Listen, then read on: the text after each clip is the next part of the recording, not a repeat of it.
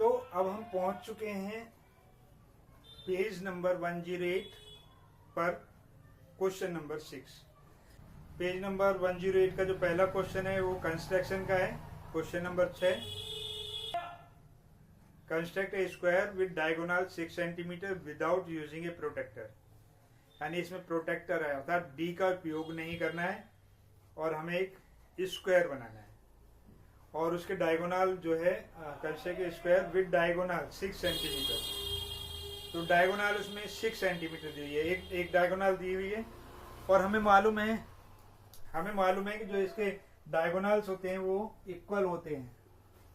यानी कि हमारा D1 भी 6 है और D2 भी हमारा 6 है, दोनों हमारे पास में 6 है। तो हमें क्या काम करना है, सबसे पहले जो डायगोनल है वही तो ड्रॉ करना होता है। हम पहले बनाना सीख चुके हैं, तो डायगोनल खींच या ड्रॉ कर लेते हैं हम इसमें 6 सेंटीमीटर। यानी कि हमने 6 सेंटीमीटर का एक डायगोनल ड्रॉ कर लिया।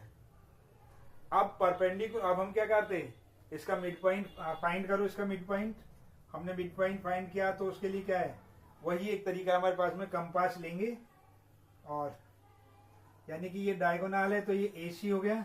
तो हम क्या काम करेंगे, एक कंपास लेंगे, कंपास की जो नोक है वो यहाँ रखेंगे और एक मार्क इधर लगाएंगे। वैसे एक बार नोक इधर रखेंगे और इधर मार्क लगाएंगे, ऐसे ही एक बार इधर और एक बार इधर, ऐसे करके मार्क लगा देंगे।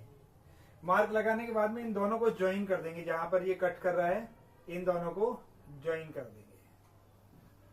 देखिए ये बोर्ड पर बनाया जा रहा है, अगर कॉपी में बनाते, नोटबुक में बनाते तो ये बिल्कुल सीधा दिखाई देता है, इसलिए थोड़ा सा कोशिश करेंगे आप। तो ये क्लियर हो गया यहाँ पर। अब क्या कर रहे हैं, हमें कितना था, 6 था।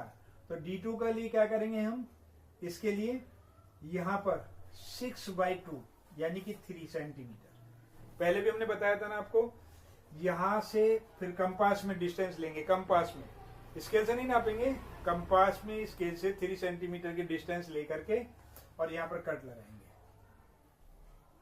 ऐसे ही एक कट यहां लगाएंगे। अब ये जो पॉइंट मिले हमें, मिले B और D, बस इन्हें ज्वाइन कर देना है।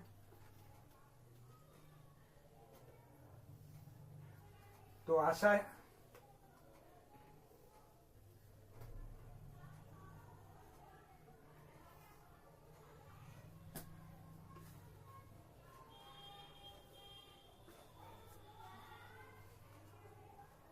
है कि अब ये आपको समझ में आ गया होगा कि हमने किस तरीके से कंस्ट्रक्ट किया है और कितना आसान है। और स्टेप ऑफ कंस्ट्रक्शन तो सिंपल समझ ही गए।